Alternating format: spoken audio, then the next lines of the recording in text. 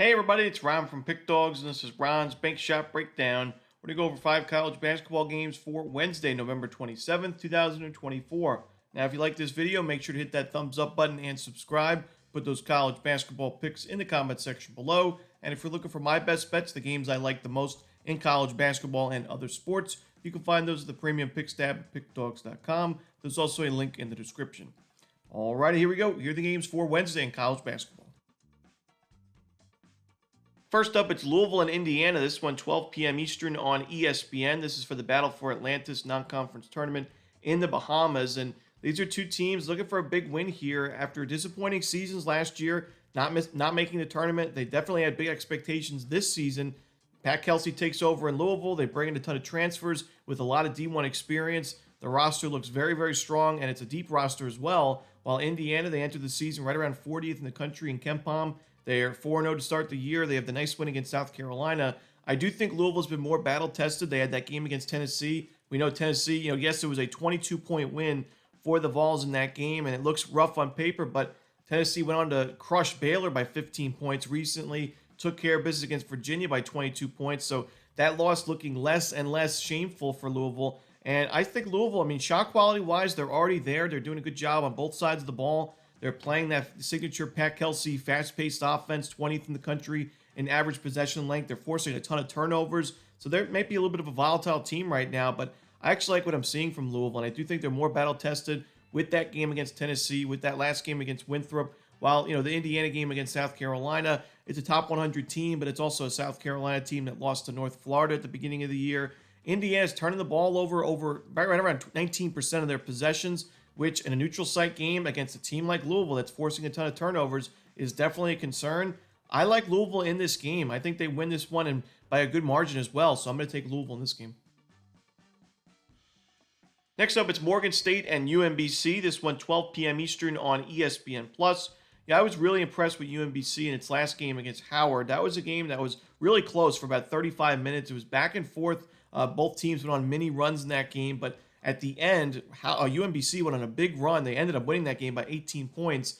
And really, it was both ends of the court. They were making their shots, but defensively, they really sharpened up. And this was the concern for this team was the offense has been there. They're a good shooting team. They're in the top 200 in adjusted offensive efficiency, but the defense was so bad that they just couldn't keep up. But they really play well defensively down the stretch in the most crucial moments. They're forcing turnovers, and I like their matchup here against Morgan State. This is a team that's turning the ball over about 20% of their possessions. They're not a great offensive team. I think they have issues in this game. They're on a 3-game losing streak going into this matchup.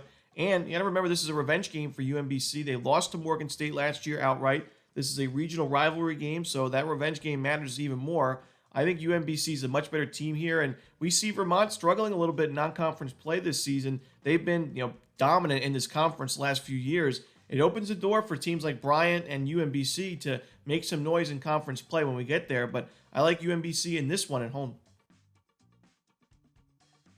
Next up, we have Appalachian State and Sam Houston. This one, 4 p.m. Eastern. It's a neutral site game in the Holiday Classic. Sam Houston, we've done well in their games and over the years, and so far this year on the breakdown. We know we usually back them in their favorable situations, but we also know when to fade them, like we did against Baylor on November 12th. This wasn't a great matchup for what Sam Houston looks to do, but for me, in this game, I think this is very beneficial for Sam Houston. Appalachian State, offensively, struggling to take care of the basketball, ranked 334th in turnover percentage offensively, about 22.5% of their possessions end in a turnover. That's exactly what Sam Houston's looking to do defensively. Whether it's been under Chris Mudge or Jason Hooten over the years, they've been a great turnover team defensively. It may take a lot of fouls. It may not be the best defensive rebounding team, but they should be able to force plenty of turnovers in this game, lead to plenty of fast break buckets on the other end. Appalachian State is a decent defensive team, but in terms of defensive rebounding, they're not quite there right now. Sam Houston can get those second chance looks. They're actually 33% of their missed shots are ending with a offensive rebound. So they're getting those second chance looks to start the year. They're actually shooting the ball pretty well from the perimeter, 44% as a team. I do expect those numbers to regress going forward, but not a bad start. This offense is actually right now top 80 in the country in adjusted offensive efficiency. Not what we're used to seeing from Sam Houston. They're usually defense first and second, but this offense is going. I think the defense matches up well. I'm going to go with the Bearcats in this one and lay the points. And our next game is UMass and Harvard. This one 4 p.m. Eastern as well. It's going to be on ESPN Plus. This is a true home game for Harvard. They played a lot of their schedule on the road so far this year, but despite playing all those road games, they're still ranked 226 in strength of schedule because they really didn't face too many tough teams. I mean, they played Colorado on the road, but lost that game by 22 points, failing to cover. They played Northeastern, lost that game by 22 points, failing to cover. Their other road games against American and Navy, they lost outright against inferior opponents. So really not a great start to the season for Harvard. Yes, they've played well at home. They have 2 double-digit wins in their 2 home games, but UMass, I think, is the much better team here. I think they're the more battle-tested team. They played all over the place. A couple of neutral site games, played that true road game against West Virginia. They also played Florida State at the neutral site, one of those neutral site games. They played La Tech. They played a lot of tough top 100 teams and all different kinds of styles of basketball as well. I think, like I said, I think they're the better team, more battle-tested. Certainly, a team that shot quality-wise is a lot better in this game. I mean, Harvard defensively giving up way too many easy looks, and on the flip side, offensively taking way too many tough shots. I think UMass takes this one, and I think that tough schedule really benefits them in a game like this. So give me UMass on the road.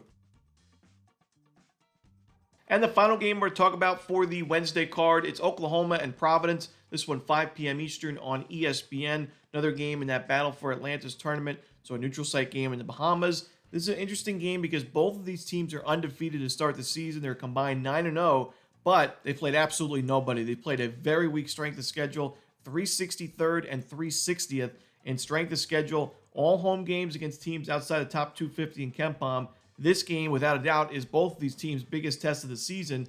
For me, I do think Oklahoma is the much better team in this one. I think when you look at, they're obviously the slightly more experienced team in terms of D1 experience, but beyond that, fundamentally, this team's been better, sharper so far this year. I mean, when you're playing weak teams, you should have spotless numbers in terms of the fundamentals, turnovers, rebounding. Oklahoma's there, but Providence, they're turning the ball over about 21% of their possessions against weak defenses. They're not really forcing a lot of turnovers, not doing a great job of getting to the free throw line, taking a little bit too many fouls against some of these teams as well. And free throw shooting wise, this team's ranked 342nd in the country, 60.8% as a team. This game could be very well close late, and if Providence is missing key free throws, it's definitely not going to help them against the spread in a game like this. I do think when you look at Oklahoma, this is a team that's actually played well in these neutral site games in the past. Last year, we know they went on a 10-0 start to the season, and they had a few wins in neutral site games against Iowa, USC, and Arkansas. Solid power schools.